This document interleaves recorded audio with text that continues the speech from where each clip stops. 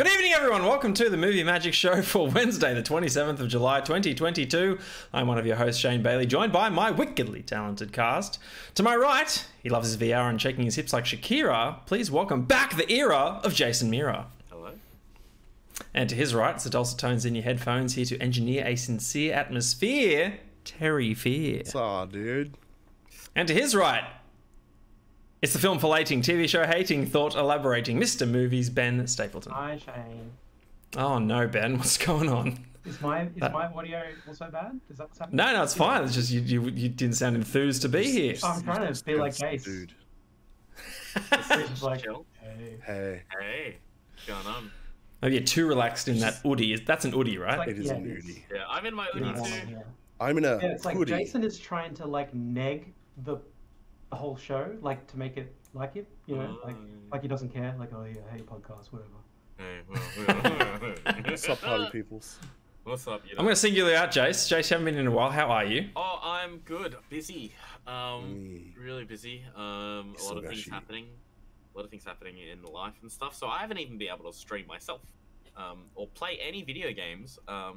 I've been able to catch the train every now and then to work, and I've been able to pick up Persona 5 Strikers, so that's been fun. But otherwise, it's been pretty. I haven't really had time to like just relax. So you haven't been living the dream, Jason. I haven't been living the dream, but I did. I did take some time up to spend some time with my family up in Brisbane, so that was Dreaming really about nice. living. And that's where I was able to go watch one of the films that we're talking about tonight. So Very nice. Hello to Atana. How are you, Hey, sir? Atana Good to have you Junior. with us. Oh, no. Terry, how are you, my friend? I have the spicy coof, so I'm a little under the weather, but Oh, no! methamphetamines for the really? win. damn. And by methamphetamines, I mean pseudoephedrine cold and flu medicine. It's the real deal, and it is the entire reason I'm conscious and playing so much World of Warcraft. So yeah, I'm okay. I sound a little under the weather, and for that I do apologize. And I may need to cough. I'll do my best to like get the mic out of the way before I do that. No worries. It's the Terry. Yeah. It's the gruff tones Yeah. of Terry Fear this evening. I like it. And how are you, Ben? Better than Terry, definitely. Okay, that's good. Yeah. Anyway, glad you're well, glad you're here, glad everyone in chat is here, including Watana. We're doing very well. If you're tuning in for the first time, this is the Movie Magic Show. We go live whenever we feel like it. I can't say every Wednesday anymore because that just doesn't happen. Yeah. We've missed so many. But usually Wednesday, 8:30 p.m. Australian Eastern Standard Time, right here on twitch.tv/magic_cast. We chuckleheads get together to love, like, bash, and trash the latest the entertainment world has to offer. And if you like that, you can catch all our past reviews on my YouTube channel. Just search Magic Casts, all one word, on YouTube. Follow us on Twitter as well, at Movie Magic Show. We'll tell you when we're going live and which films we're going to be reviewing. Speaking of films we're going to be reviewing, this week we're diving into the 29th MCU film. That's right, the 29th in Thor Love and Thunder, directed by Taika Waititi. And we'll also review the Bollywood film currently on Netflix, taking the world by storm. It is RRR. RRR. I don't know how you say it. There's no way to find out. And we'll also play a little framed and actoral as well in between that, just to break up the fun. So get excited. Ben reminded me this morning I got a nice 7:15 or something. Ben, it was quite early, that message you sent me. Yeah, I was actually awake. I don't believe it. I was shocked. I was halfway on my way to work. I'm like, Ben's never up at this time. What's going on? Yeah, and I've been having trouble sleeping, so I thought may as well put it to good use.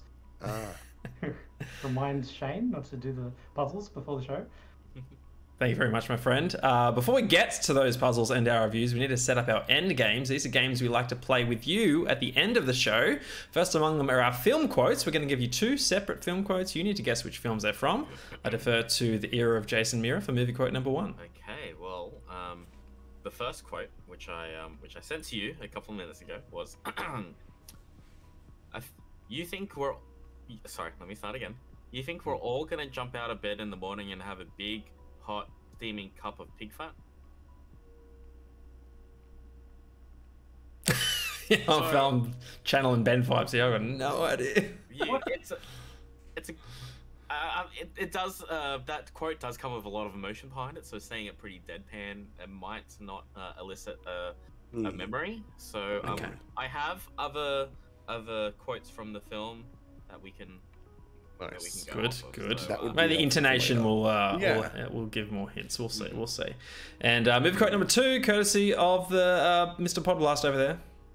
It's a slam dunk. I think you guys all might just know it. Here we go. Mm. Deadpan as well. You must not read from the book. Oh, I know it.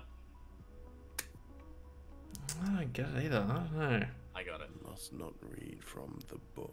Great film, Ben. Great film. Oh. I rewatched those the other Yes. Yeah. No, Damn I got it! it. I've got it. day. Yep.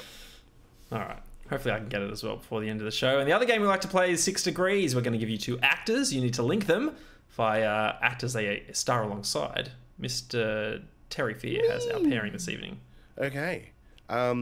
These people are Natalie Portman, thematically appropriate because we're talking about Thor: Love and Thunder, to Justin Timberlake because, yeah, that's why.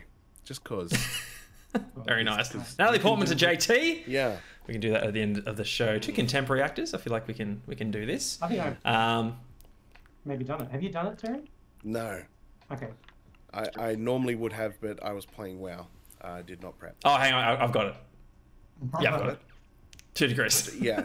I think it would Wow. be pretty short. I'm thinking of like Amanda Seyfried or oh gosh, what's her name? She's in Tron. Rooney Mara.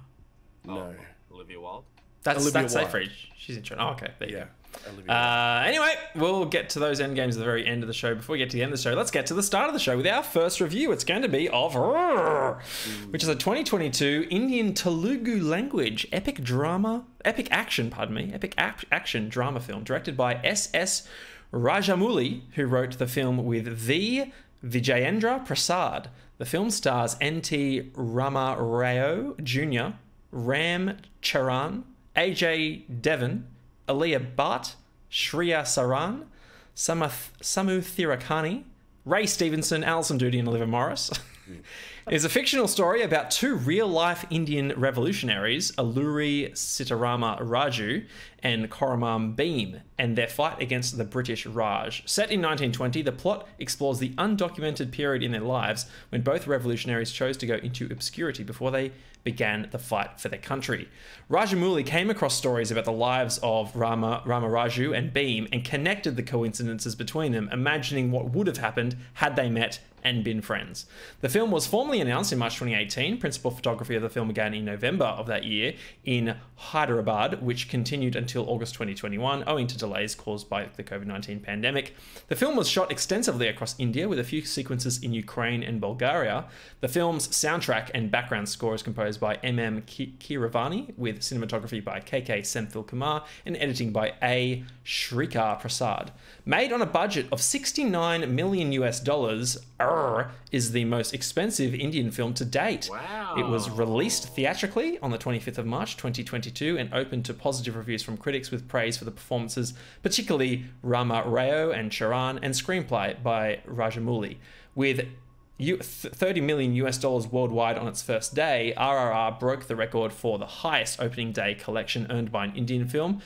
The film ended up grossing $150 million US worldwide, setting several box office records for an Indian film, including the second highest film in India and the third highest grossing Indian film until it was surpassed by KGF Chapter 2 this year during its theatrical run. At the time of recording, 88,000 users give this one an average IMDb rating of 8.0, and the critics are equally pleased with this one, a Metascore of 83. Gentlemen, the Rotten Tomatoes. Let's go like Take your stab in the dark, Mr. Mirror.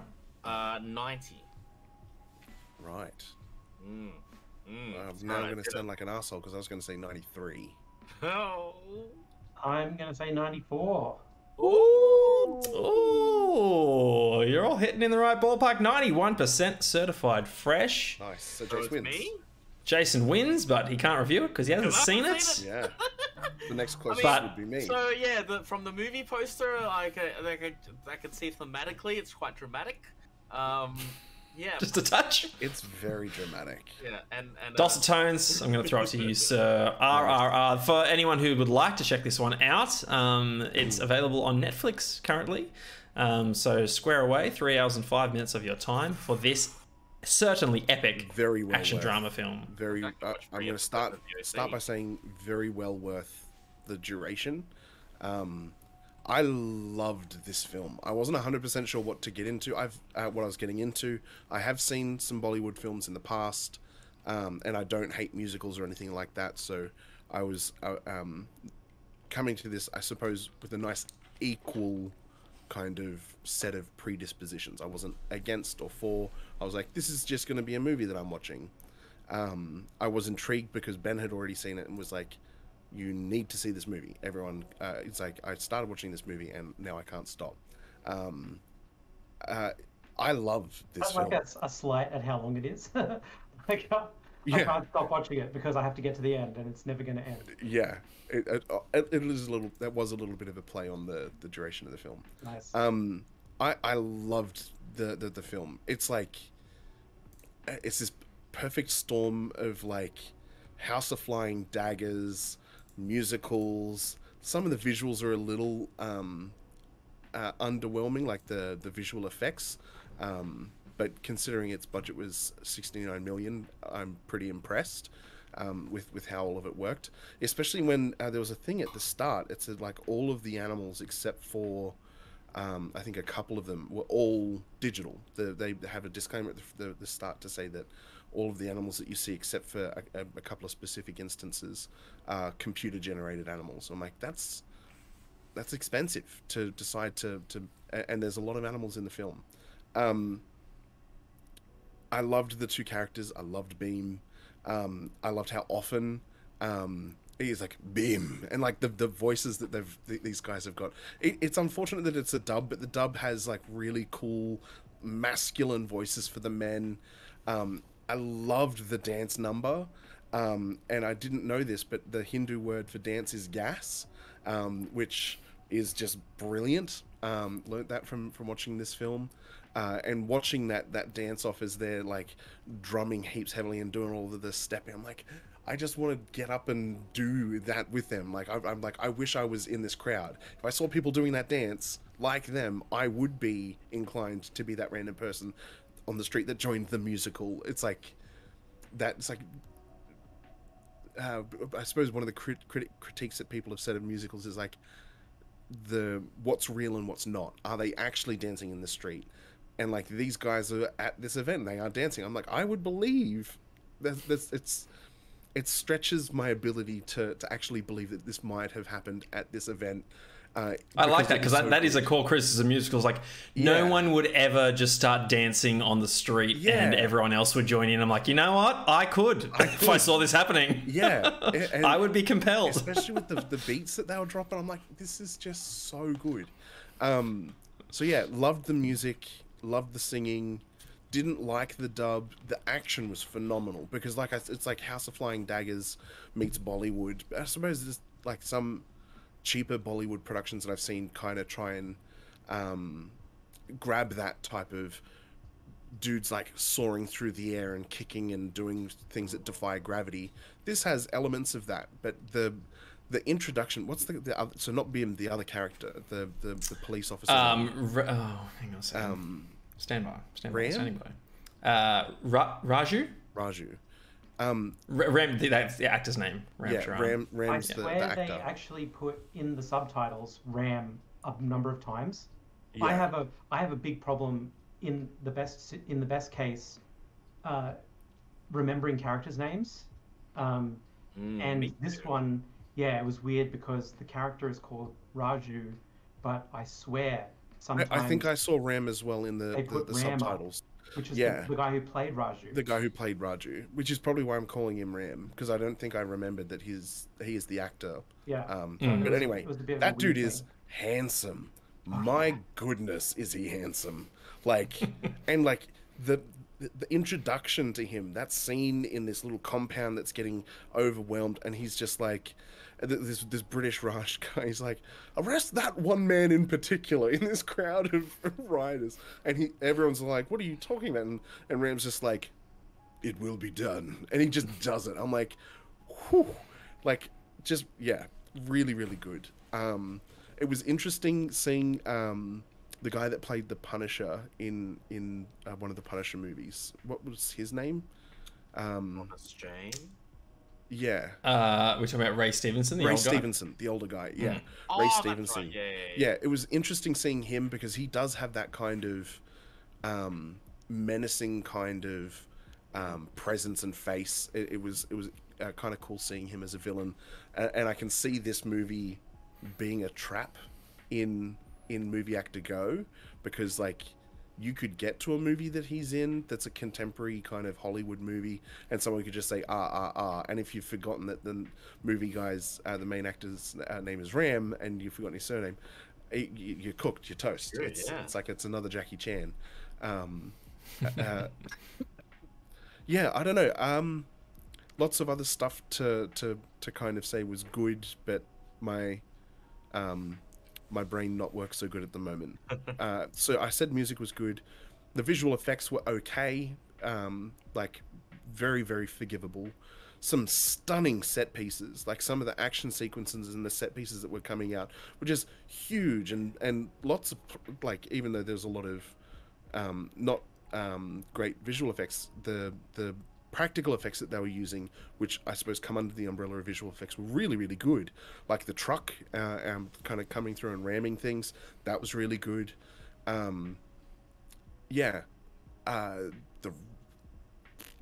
don't know, some of it was brutal. I ended up kind of getting really emotional at some of the scenes, because like these are two guys that are revolutionaries coming at it from different perspectives and different places, and so they kind of have some friction, which you've got to have in the movie. You've got two friends and they realize that maybe they're you know, they don't align perfectly, even though they might have a common goal, and I found that kind of surprising that it hit me the way that it did, but it was yeah, really, really good. Didn't make me like, wasn't like thought-provoking, or like, you know, I was one way before I saw this movie and afterwards I was another way, but at the end I just felt so thoroughly entertained by what I'd just seen, and for that reason I cannot recommend this movie enough. Nice. Yeah. Mr. Movies, over to you, sir. You're the one who encouraged us to give this one a crack, so I'm keen to hear your thoughts. I did. I saw this reviewed on a podcast I love to watch each week, and decided to swallow it and give it a go. And so, yeah, I was timid, and I posted you guys like, I'm going to watch this movie and it might be good. We'll see what happens. And then like 10 minutes later, I was like, oh my God, this is really cool. And then by the end, I was like telling everybody I know about it. It's a really weird movie. It's like, it was shot in one language called like Telugu, and then the actors dubbed, or other actors, no, they dubbed their own Telugu into Hindi, and that's the audio that we're hearing. So people's mouths are moving, and That's not quite lining up. and then Hindi is coming into your ears, and then English text along the bottom. So it's like, I've never seen a movie like it before with regards to the communication and so on. So it's, yeah, a really weirdly dubbed movie where it traverses across two languages to get to us. And otherwise, let's see. Look, I've never been one to shy away from a movie because of its length, and actually I don't really understand how people are like, oh my God, like everybody here except for me is like, oh my God, 3 hours, it better be good, you know, or something like that. It's like, I'm completely fine with a 3-hour film. I'll sit down and watch the crap out of it. If it sucks, it's going to really suck, and if it's good, it's going to be great. And this was the latter, by far the latter. Look, I have very little personal interaction with Indian culture and Indian people, except for like negative stuff. Like if I'm ever talking to an Indian person, it's because they're trying to scam me, or you know, like with one of those scam phone calls where they're like, tell we're you your Microsoft, computer's full of viruses, and you have to pay us, or whatever, and or, you know, crap like that. So I really think that actually has a negative effect on my outwardness towards absorbing more of the Indian culture. So I hate Bollywood stuff. Like I look at, like I've seen, you know, my fair share of like snippets and stuff where people will make like fun of scenes that are just a 12 out of 10 for ridiculousness. Like there's that scene from, I don't even know what the movie is, where a troop of soldiers get fired out of a catapult from one castle, and they're literally flying through flying through the clouds, and then they like form a phalanx in the air, and then they like crash into the ground, and then come like spring out and stab everybody. It's fucking ridiculous. And then the ones where there's just like the one hero that looks like a plumber. Like he doesn't look like a hero. He just looks like the guy outside, you know, on the street corner. And he's got sunglasses on, and he doesn't give a fuck. And then like he just like stops a jeep with his foot, and then just like punches a guy through a wall, and like he's just a superhero for no reason. Like I've seen all of that shit, and I just like I roll my eyes and I laugh at it and all that kind of stuff. And so I went into this with all of that on my shoulders, with no reason to really enjoy this, except for the word of this podcast that I kind of like. And fucking love the shit out of this movie, man. It's like it does this thing that I hate if you do it wrong. I hate movies that do this thing where at the start of a movie you can tell me anything you want to. You can make up any rules for this universe that you want, and I really will just believe it all the way through. It could be wizards and witches and all that kind of stuff. It could be Jedi and space magic tricks. It could be hard like physical reality stuff just with like some weird crazy twist. It doesn't matter, as long as it's consistent with the rules that it lays down. I'll probably enjoy it, and especially if it does something really kind of unique and a twist on that kind of stuff. But so often, like the latest Star Wars movies are a great example at the top of my head. Like they'll just invent a new trick for Jedis in every movie that makes you go, wait, like this doesn't make sense that this is a thing, because like they could have done this differently back in this movie, and that would have saved them from this kind of treachery if Jedis could do this the whole time, which apparently they should be able to. And there was that movie where the middle movie where the ship goes into hyperspeed through another, and it like absolutely destroys that Armada ship or whatever. It was like a supersized Star Destroyer. Or as soon as I saw that in that movie, like it happened at the end, so it wasn't like I wasn't sitting there being angry the whole time through the movie. That was for other reasons. But at the end of the movie, I was like, that doesn't make any sense to me. Like, how is space warfare not just, you know, eject suicide bombers? Well, not even suicide. Like, just find a way to automate the process. Just put a hyper engine onto something and shoot it into the Death Star. It's going to cripple the thing. Like, I was about to say, the Death Star would have been a whole lot easier. Yes. With the rules. Just quickly, Ben, sorry to interrupt. Charmandosaurus Rex, thank you so much for the raid. How was your stream? We're reviewing the film RRR, currently on Netflix, which Ben is just raving about after he gets through ripping into Star Wars. Continue, Ben. I segued into a trash talk into Star Wars because it lays up these rules and then it breaks them, and it just makes up new rules as it's going along, and I hate that kind of stuff. Anyway, RRR sets its world, like its rules, in ridiculousness, and then it kind of just it embraces this level of silliness, and it rides that line the whole way through. Like it never really gets more silly or less.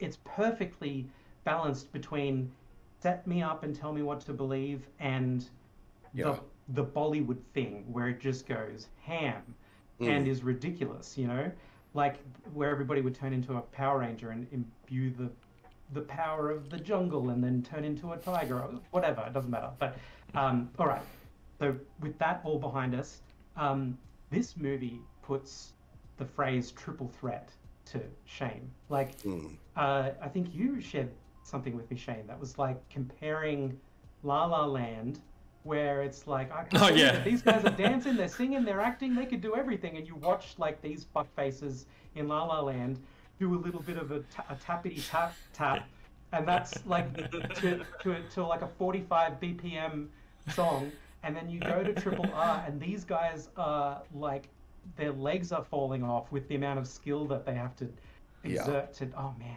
you've got to watch this shit. It's so good.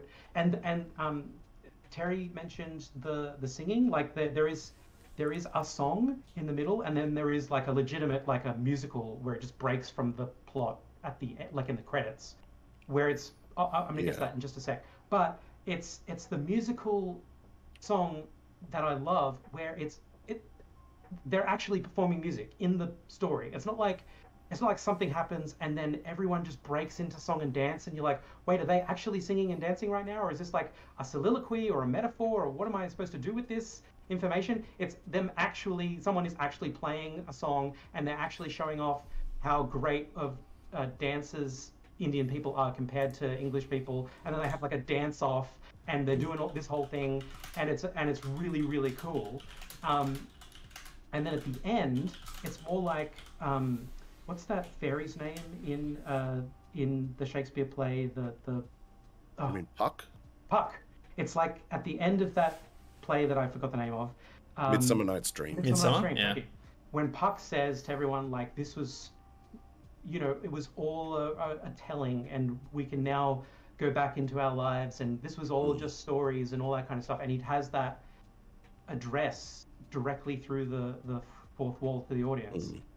That was the context of the last song. So again, it had a purpose and it made sense, and it was also really good, and I really actually enjoyed it for that fact that it had a role in the film where they were saying, we don't really hate all English people. Like there would be that crass about it, but English people are the bad guys in this movie. Like the English that have colonized India and enslaved many of its peoples and are being bad guys.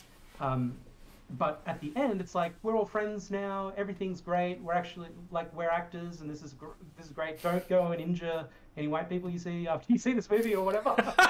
Let's sow the seeds of harmony instead of dividing. It was really, really it had an actual message to it. It was really cool. Anyway, a dude fights 1,000 dudes in this movie. Like a dude fist fights 1,000 other guys fist fighting him. Like it's so good. And I like that, like to your early point, Ben, like that's what demonstrates the rules being set, right? Like it's shown, it's demonstrated, it's not told. It's not told to you in text that, this is going to be a world in which, there are these almost meta superheroes and what they're capable of. They're just going to show you. Yeah, I also said fine line because they're not just saying there are superheroes. Like, this wasn't Captain America with a super serum or something like that. It was a regular person who is sewed deep into his soul with such determination that he cannot fail. Like, he will not stop. He's like a living flesh Terminator. And he's like the embodiment of destiny and the spirit of the people. It's just so good. Like and because it lifts your heights for the hero to like it's because he's literally carrying the people on his shoulders. Like to use a quote from a different movie to back up Ben, he's a man of focus, commitment, and sheer fucking will. Actually, that was my very next point. There's literally a John Wick scene in this movie where there's so small aside for context. The Englishmen are the bad guys, but there's a lot of Indian natives that work for the government, which are the English people. So there's kind of a rift between when there's a strike, you've got the guys who still work and because they need to make a living, and you can't really blame them because they have to feed their families, kind of thing. But that's kind of caused a rift amongst the people where it's like, we hate the English and when we're rebelling against the government versus we're just trying to get along and just exist, all that kind of stuff. So anyway, one of the Indian guys who's kind of like the sheriff of the town, or he just knows more about the culture or whatever, comes to the Tsar or whatever, or the Englishman, and he says, look, there's a problem. You guys took this girl from the town and it's destroyed the soul of the people. They are all about family, and you cannot tear one from from the harmony of the rest, like they will never be they will never be okay with it, kind of thing. And then they've sent a man to come and find her, and it is like a John Wick thing. It's like he will never rest, and if there's a mountain in his way, he will cut through the mountain. And if there's, you know, and he just keeps going on, like how terrible an idea it would be not to heed this warning and give the girl back, you know. And then of course, because there's a movie to happen, the Englishman goes, "Pah, you know, it's just a legend. No one is that determined," or whatever. And then cut straight to our hero Beam. And anyway, so there's one other thing I want to say. There's a montage that happens in this, which is not a musical. It's just that music is playing and someone is singing like a song about the two main characters. When they finally meet at like 40 minutes through the film, they meet one another and they become fast friends. And the montage is about how good of friends they are, and it's like a completely serious but so silly at the same time, honest but crazy montage of them like going on picnics and helping the townspeople and helping each other with their cause. Like he's looking for someone, and he's looking also for a way into this compound, and they're also like there's another plot through line underneath all of this where they are actually opposed to one another, but they don't know it yet. Like one guy is, they're both looking kind of for each other, but they don't know. It's kind of like this weird thing. Anyway, there's this whole montage about how they become fast friends, and the lyrics of the song are like destiny meeting determinism, or it's an unstoppable force and an immovable object, and they're together, and it's just hilarious. And I loved that so much. And that will culminate my review by saying the energy that I watched this in, and I think it really is the best way to watch this, is like me and Caitlin laughing at and with the movie. Like we're so taking this lightheartedly. It's a completely fantastical, totally mythical telling of real characters that are given some sort of like super elevated, like through the generations of storytelling or whatever, kind of status. And it's like it's an entirely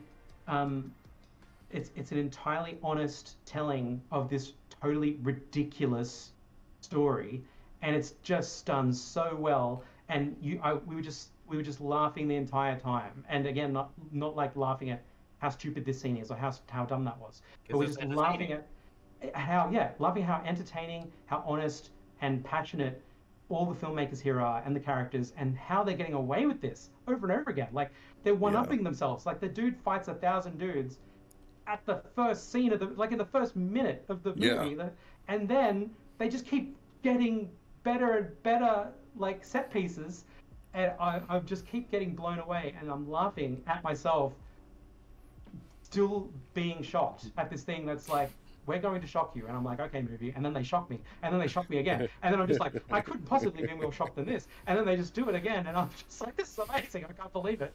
And I'm just laughing the entire time. So anyway, that was the energy that I watched it in. I totally loved it. Those are all my points that I put there. Especially wanted to reiterate, again, the triple threat thing. These guys are Adonises that can act. And they're action heroes. And they can sing. And they're dancing like they're breakdancing Indian style. It's ridiculous. They're 5 threats, and then they dub their own movie in another language. It's amazing. Yeah. Very nice. I'm going to echo a lot of what has been said, though I think I might not be as high as you both. I enjoyed the film. I just think that it just doesn't need to be this long. Like it was a real drag, and I was messaging Ben halfway through, like particularly I suppose the first half of the film, where I'm just like, oh my god, Ben, I'm only halfway through.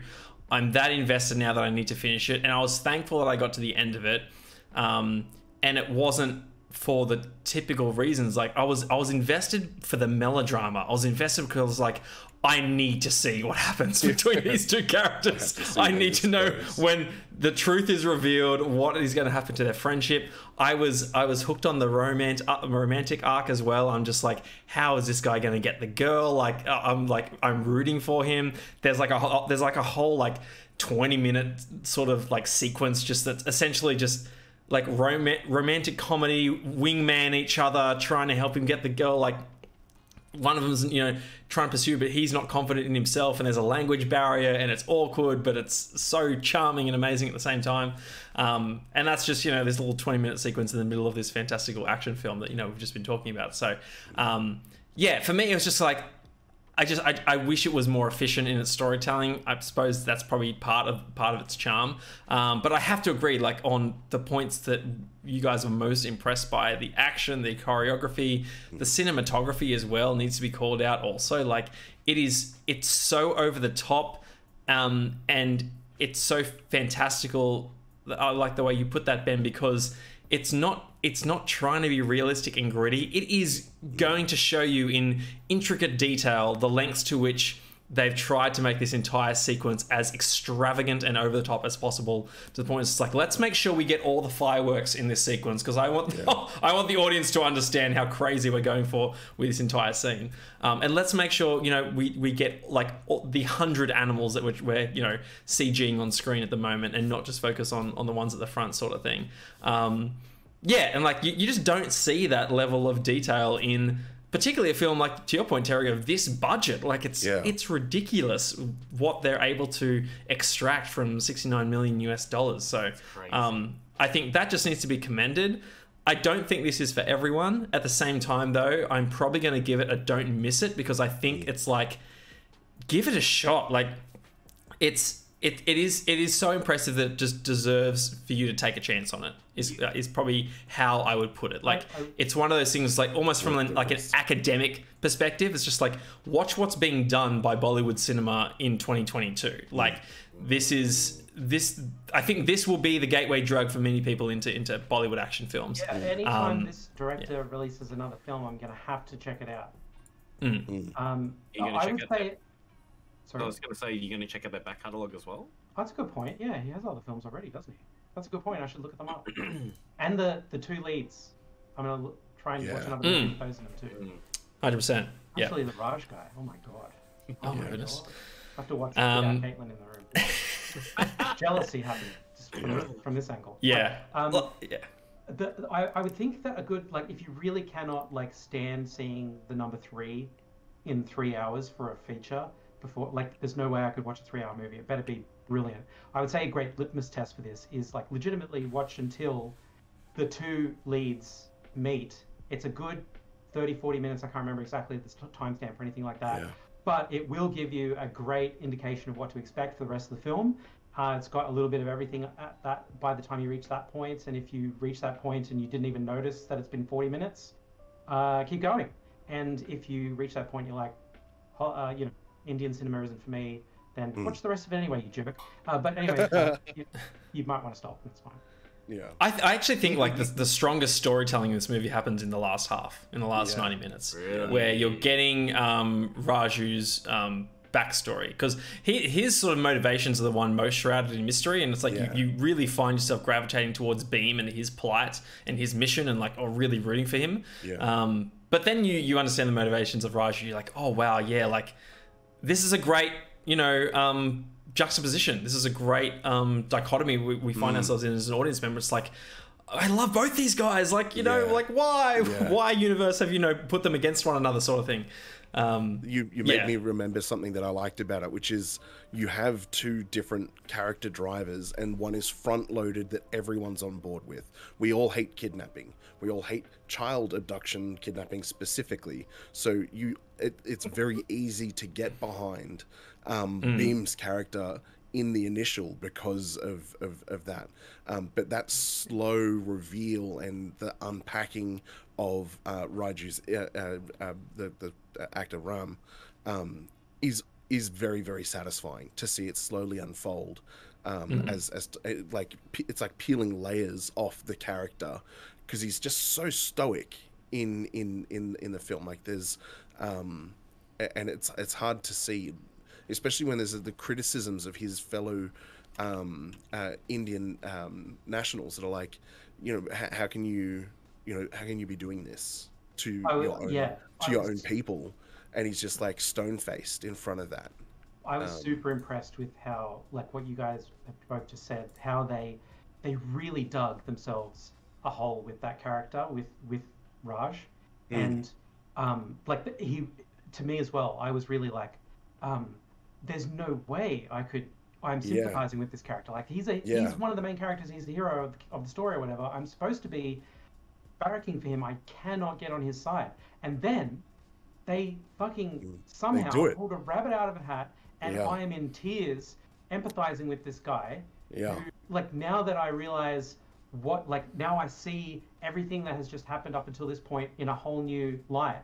And it's just, it's devastating to me. I was like, how have they done this? How have they convinced me to now barrack for this guy and feel so sorry for him and so on?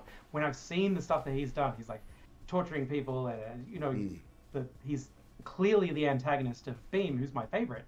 Love me some Beam, and that exactly what Shane said. They're directly opposed to each other, and perfection. I loved it. Chef's kiss. Yeah. Wow. Chef's kiss. There we go. I'll be surprised if it's not green across the board, so don't miss it from Ben. Terry, how about you? Oh, 100%. Yeah, don't miss it. Can't miss it. If you're not watching it right now, you're doing the wrong thing. I would love to go. Why are you watching us? Yeah. I don't. We're wasting precious hours. We'll upload the VOD later. I don't actually want to go into spoilers or anything, but if we did go into spoilers, I would have so many scenes that I would just love to bring up and just laugh about. Like that. Yeah. They're doing in this movie. It's so good. Jason, get onto it, mate, so we can enjoy the discussion together with the spoilers. I'm being very keen. I'm very keen. Like, certain rush from Bollywood cinema, Jason. You engage with it much, or no, not at all. Not at all. My only like exposure to Bollywood cinema is like I watch the Corridor Digital guys. They've done breakdowns of the visual effects in Bollywood films and things, and stunt work in Bollywood films. Surely they must have done this as well. It is. So it's one of the films that they've done a VFX artist react to, and I'm like, okay, that sounds familiar. And then you guys said that we were going to watch the film. I was like, I better not watch that episode. So yes, good choice. It does take the sting out of one of the scenes that they do when I've seen it, and it's like, oh, no, that sucked. I wish I didn't see that. Yeah, okay. Yeah. Takes a little bit of the magic out of it. I haven't seen that episode yet, so RRR, it is available on Netflix right now. So go and check it out. Yeah. All right, gentlemen, let's pivot now. Pivot. Yeah, sorry, it's extra croaky at the moment. Oh no! Let's pivot now and play a little Actoral. If you'd like to play along, people, here is the link in chat. Heading over to actoral.com. We need to try and guess which actor we're looking at. All right, so we're given the year that the films have been released, the IMDb rating, the genres, and also the name blanked out. We need to try and guess which actor we're looking at. We've got a 2003 movie. It's so long. Yeah. Yes. Oh yeah, that's an 8. Yeah, I was about to point out the 8, and then I saw the length of it. I'm like, okay, big one. 2003. I said to myself, I can't see the screen, but I can just open it up on my Bloom. Yeah, open it up on your There's also a very interesting title down in 2017 that's got 3 letters and a dot at the end. That's weird. Is it like Mrs.? I think that might be Mrs. something. Mrs. T. X. Mrs. T. What year, sorry? 2017. 7.6. Action, adventure, sci-fi. Oh, volume? It could be VOL.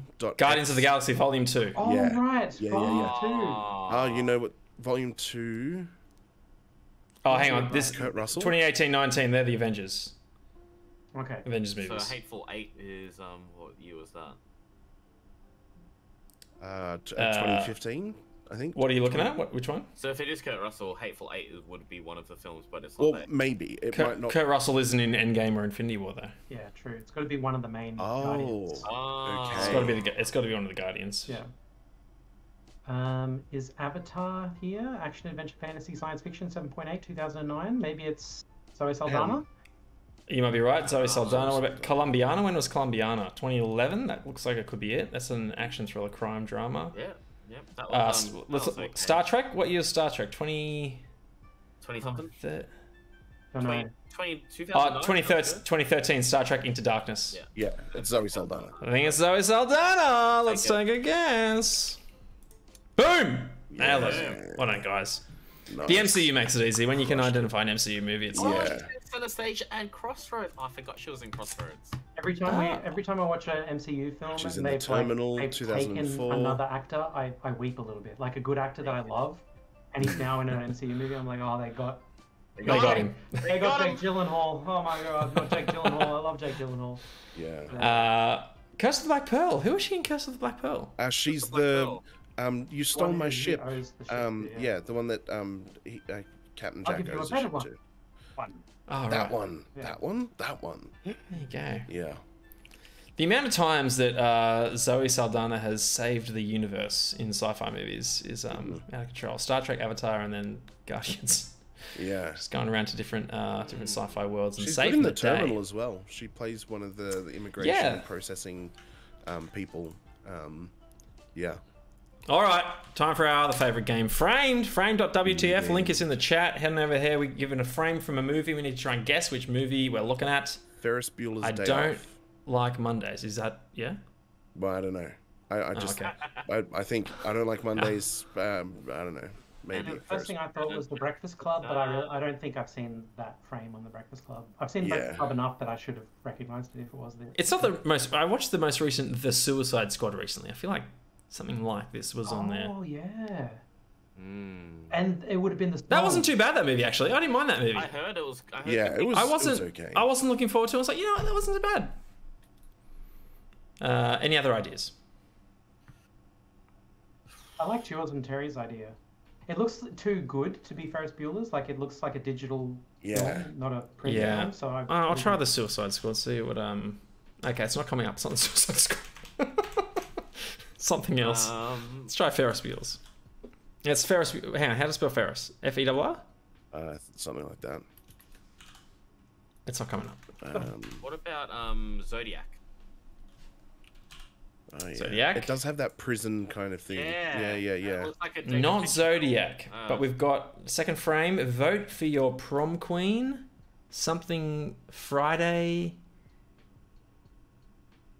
And there's more writing like way in the foreground that's out of focus. So like looking through a pane of glass or something. Looks like that's just someone.